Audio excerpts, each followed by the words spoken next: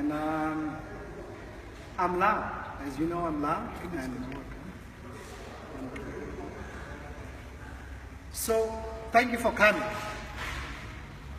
And before we start, or we begin, I want us to think about the manner of still people.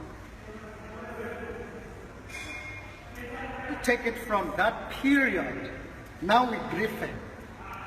We left behind in the black nationalist community and also in the black consciousness community. The brother was killed. So, we gave him a moment of silence.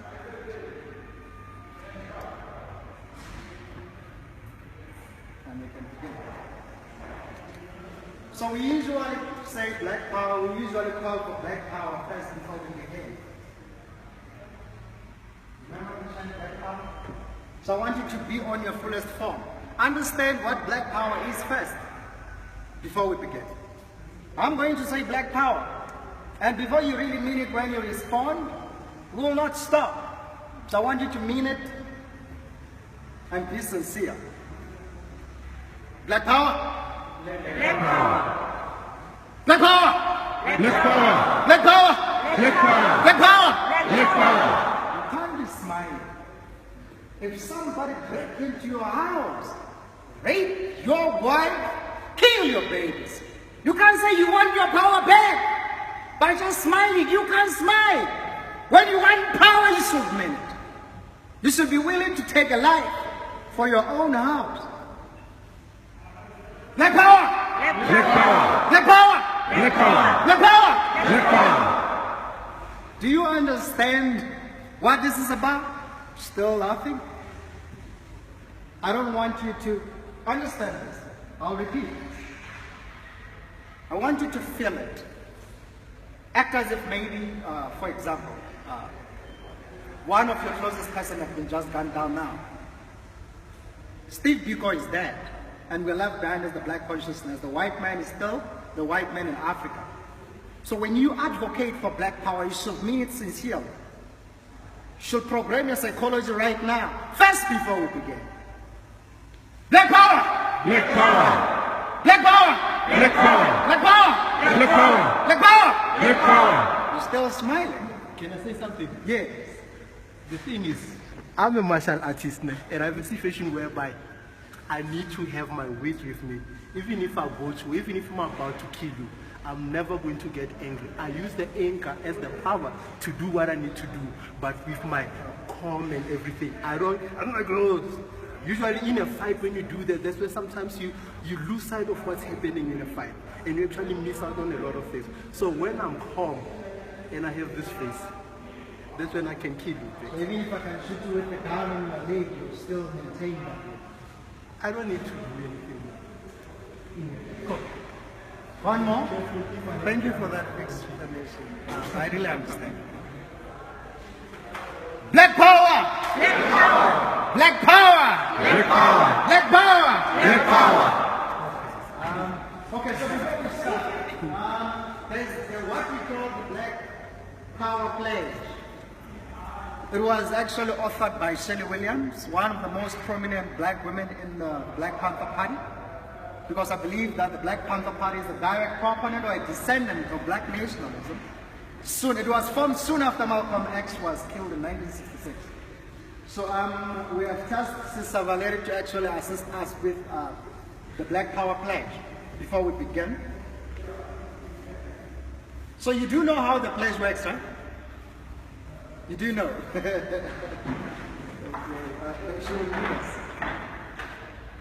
This is the Black Child's Pledge by Shelley Williams. I pledge allegiance to my black people. I pledge to develop my mind and body to the greatest extent possible. I will learn all that I can in order to give my best to my people in their struggle for liberation. I will keep myself physically fit, building a strong body free from drugs and other substances that weaken me and make me less capable of protecting myself, my family, and my black brothers and sisters. I will unselfishly share my knowledge and understanding with them in order to bring about change more quickly. I will discipline myself to direct my energies thoughtfully and constructively rather than wasting them in idle hatred. I will train myself never to hurt or allow others to harm my black brother and sister, for I recognize that we need every black man, woman and child to be physically, mentally and psychologically strong. These principles I pledge to practice daily and to teach them to others in order to unite my people. Thanks. Okay, do we prefer standing up or sit down as I present the vision? Okay. You can stand. So, why are we here? What is Black Centric Forum? What is Black nationalism? And why are we here? Black nationalism, I'll simplify it for you. It's about getting back and giving back the black community its own power. That means many people today didn't come because they just want to feel good, spend time with their families.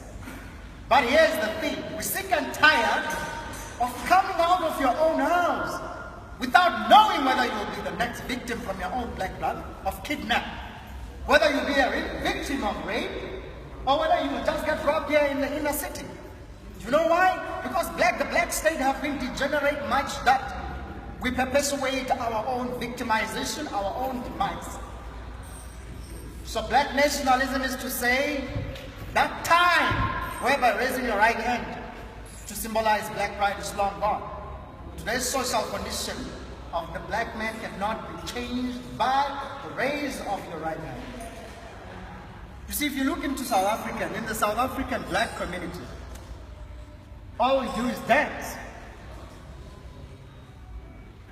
Since the death of Steve Biko, the murder of Steve Biko, what I've seen in the black consciousness community is talk and debate. Debating, consortiums, and all of that nonsense. We don't have much that time. AfriForum being a group of 5 people controlling a population of above 80 million, although these days are messing up the number. How the hell can we be respectful to our own blackness when we let a group of foreigners come and call shots in our own country? Why is all we do is spend our money on beers and all of that? So I just want to share the vision of the Black Centric Forum meeting. The Black Centric Forum is a direct response to the unprotected black psychology, for the fact that black people kill self, black people rape self, and black people are disunited is because our psychology is not protected. Every group else, every group everywhere in the world have got a group psychology. Indians have got a group psychology. All those people for whom I would like to disagree. In the black consciousness definition of blackness, they say it's a mental attitude. That means they created a hybrid political identity that co-opted colors in Indians. Well, with colors I understand they're a direct result of our blackness.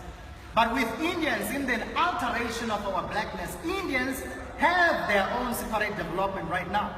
They practice group economics. They subscribe to a so-called Gandhiism, hatred of blacks. That's why you see them in every black community.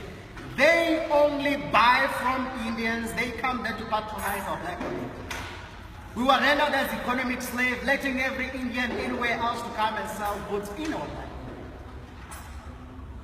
So when we respond to this lack of group psychology, this lack of legal representation and all of that, you see, whites, as a minority as they are with all the power in the world, they still have what we call AfriForum. It's a forum just like any other black forum, but our forums just the only thing they do is talk. So just want you to know that since you came here today, it's not about a feel-good factor and the black consciousness community. This is not that nonsense.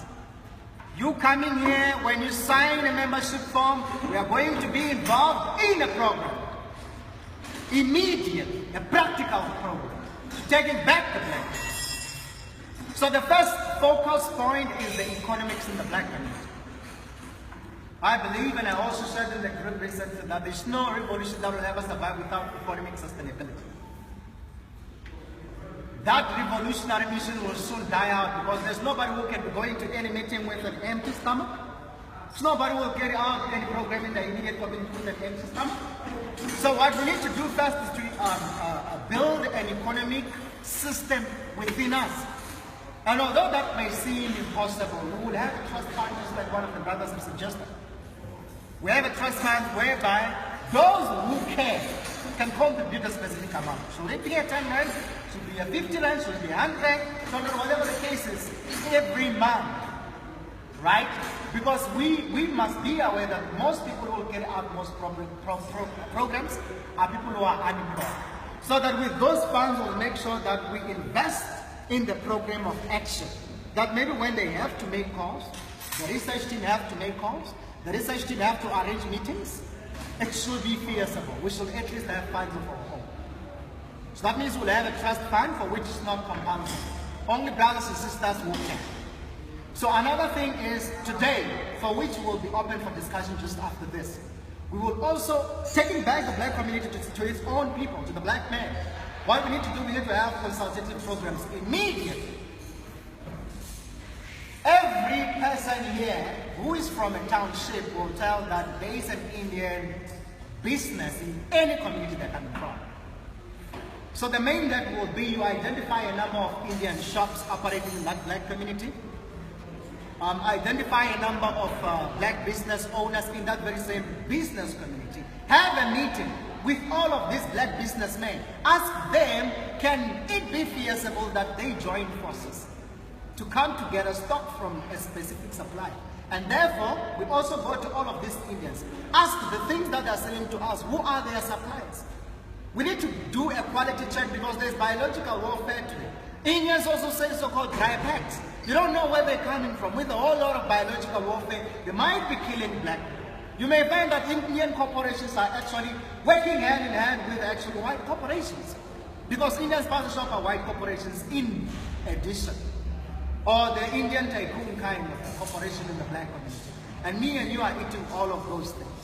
So we need to make sure that we have a specific practical program that those who live in townships should make sure that there must be a feasible, practical program which will be reported to every end of the week so that we become a little specific. There will be a team that will be doing that. So another thing that we'll also be focusing on is a couple of, for the research team, because we'll also have a research team. We need to have a research team, not just research team which only focus on the internet. That's why we need to transfer. To make sure that we also fund some of the research programs. We need to learn from Winnie. We need to meet people like Winnie before they go. We need to know exactly what went wrong. We need people who will be able to have access to make arrangements for meeting them. We need even meetings in different countries around Africa because we need a solidarity movement that will stand for our blackness. This is black nationalism. That means we'll also work in alliance with the new Black Panther Party in the States, for which we'll also have to communicate. We need to reach out to every black organization out there, find out what their program is. How can we work hand in hand to make sure that we make the black community what it should be? It should have power. Inferiority is not a matter of mind or psychology. Inferiority is you walking down the street and you see a whole lot of black people walking all over town doing nothing. And when you go into something, you see the white man in control, in ownership. Somehow, organically, you become a victim of supremacy. Being a victim of white supremacy, even if you are in your own house, for the fact that you're not eating when you go hungry, that is the continued white supremacist structure to get the black man begging for a job in a white corporation so that they can continue intergenerationally to maintain the system of control. I mean, I've heard some lengthy excuses from whites saying, that thing is in the past. There's no racism now. You blacks are complaining. Well, do you hate whites? That is not an emotional question. Because it is a psychological, it's a sociological, it's an economic, and a systematic power dynamic. It's a power relationship. They say that they're not responsible for having black people disparate and useless now, but biologically they are descendants of the people who have attained power through the castration, incarceration, indoctrination, and dehumanization of black people. And if they are different from their forefathers, they will maintain the system of privilege. But for the fact that they are maintaining the system of privilege, that means the white man is still in charge, and also psychologically they are reigning for us. So we need to be prepared. Another thing is we also need to focus on the business council. Those who are doing businesses, we need to know who are they. We need to invite different black business people. For example, if we know a designer who do African tailored clothing, maybe we call out this designer, ask if we can in any way be able to work with them. Help grab a premises with that particular person, build a corporation, get a couple of these tailor designers, make sure that we group them together. Get those who supply the fabrics that they use, group them together, build a corporation. That doesn't need a million funding, it needs a well thought out psychological system in place which will help our economic benefit. That's why we need people who will be part of the research team to make sure that we bring out every black person trying to do something out there and see how can we work together to build and bring about a corporation. So another thing that it's most necessary for me, I understand the reason why many black consciousness movements just remain as that, is because I respect media. Malcolm X advised about media. Today if you Google, you go to YouTube, you check Malcolm X, you find it. That's what made the black nationalist movement of the African diaspora more relevant, because we do have records. So we need to make ourselves fashionable. For us to have to arrange a meeting, for example, with Uhuru Kenyatta of the Kenya, it should make sense for him to have to meet us. Can't just say, okay, well, we are this kind of a team, we need to be involved. These petitions that we do are getting us media attention. These practical activities we do are getting us media attention. Media is necessary for us to connect to black people all over. Because we need to go universal, and in order for us to be in that level, we need funds. And in order for us to get funds, we need to be relevant. Making ourselves relevant. Right now, I even shared on the group that we have opened the so-called the removal of the white doll in the black community. Well, it was published at the Times Live newspaper. The comments I've had from black people are shocked. Like, no, that's a toy, man. There are many things that you people should be doing. The government, why don't you join the government and build people houses? But let me tell you, the real problem is the psychology. If you build a man whose psychology is in tyranny, a house, he will rent out that house and go back to the squatter camp. So the problem is not the condition. The problem is psychology. The psychology of the black man is in question. And we don't want no damn government who say you'll give people jobs. With which industries? In other words, you say you will bring more white men in Africa so that they can hire you, put you in 10 chips, Leonard chips. Only black people go through all those things, and you have got a lot to do. They put you in survivalist mode so that you can say, no, but you guys are just joking. The white man is a good man. No government, we're not going to tolerate any government. We also need to be involved. We also need your help. They're dealing with all of these councillors and anybody else who is using our own tax money. Hold them accountable if we feel that they are not doing enough. We don't want a government that tells people to build houses. If you build me houses, how am I going to put furniture inside that house?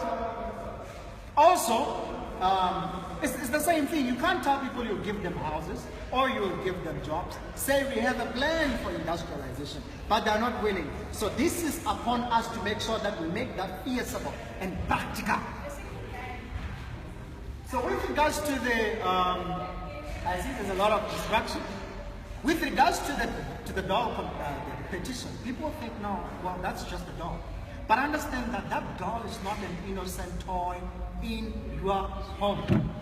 That's psychological warfare. Let me tell you something about babies. You can tell a baby that this is a radio. To a baby, it's not a radio. this is a fiction story. She will make a story from this thing. So what whites are doing is they are making cartoons on television, and the dolls that goes along those cartoons. Your baby is busy saying, this is my baby, you are beautiful, and when she goes on TV, she sees that, she internalizes that emotion. She becomes soul. They become a soul goddess. So that when she sees white people, she externalizes that love. Now you see your black baby smiling when seeing white people. How are you doing? But she doesn't do with black women, be like, oh, they stop that house Negro thing. That's nonsense. You are being ignorant. Understand the power of psychology. You don't have to. You see, even telling your baby, no, please don't go and drink. It's a waste of time. Deal with their psychology. What they see, what they internalize, they will externalize. There's no debate around that. You have very powerful men that they give back to liabilities because the streets control them. So we need to make sure that this petition becomes one of our major objectives, because I think only when it only had 78 endorsement, it's digitally for now. Times Live reached out to us. I didn't call them. And also Destiny Connect. And now there's this journalist from Al Jazeera who have been calling almost every week from September, saying, hey, when are you doing a physical presentation of the petition? We want to give you coverage.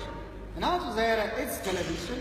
So when we have that kind of a program that helps us gain media attention, it will then help us to become relevant. If you become a talk, a must to be, a fact to be reckoned with, then it helps us to reach out to those who are necessary, economically and also organizationally.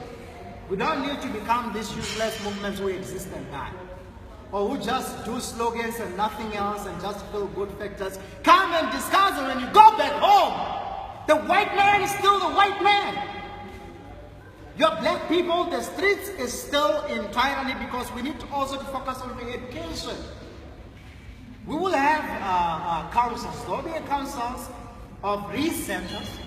There will be those who are into re-education. If you're into re-education, it should start immediately. We will design a program that we propose to different schools, that maybe the persons will have one class with their children every Saturday, once a month or so. It must be practical. Don't just focus on target universities and all of that. Many people are targeting that. We target even foundational phases. Where you have gone to school, go there and say, hey, we need a re-educational project. If we have designed that program properly, you are able to pitch wisely, and it will make a lot of sense. So that our babies can be prepared whilst at the forefront we are waking up. Because the reason why even Malcolm X were even betrayed by their own people. There's no black leader you can call who have never been betrayed, if ever they've been killed without a black man. Malcolm X was betrayed by a black brother. Steve Biko was betrayed by this useless, what Alexandra you're talking about. Thomas Sankara was betrayed by a black brother. Martin Luther King was betrayed by Jesse Jackson. Every black leader we have been killed. The white man is weak. The ideology of supremacy doesn't exist. It's fake. The video I've shared yesterday even says that the brother there, Leo Mohammed, of the Nation of Islam in England, he says that they say black men don't play tennis because you are inferior. But bring the black man into the field. He will dominate it. That's why you have got the Tiger Woods. Not only is he dominating, he's a mastermind.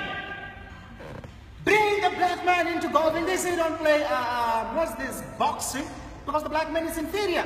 Take the black man into boxing. They dominate the field. Then you've got your Muhammad Ali, and so many black heavyweights. They can never be black people.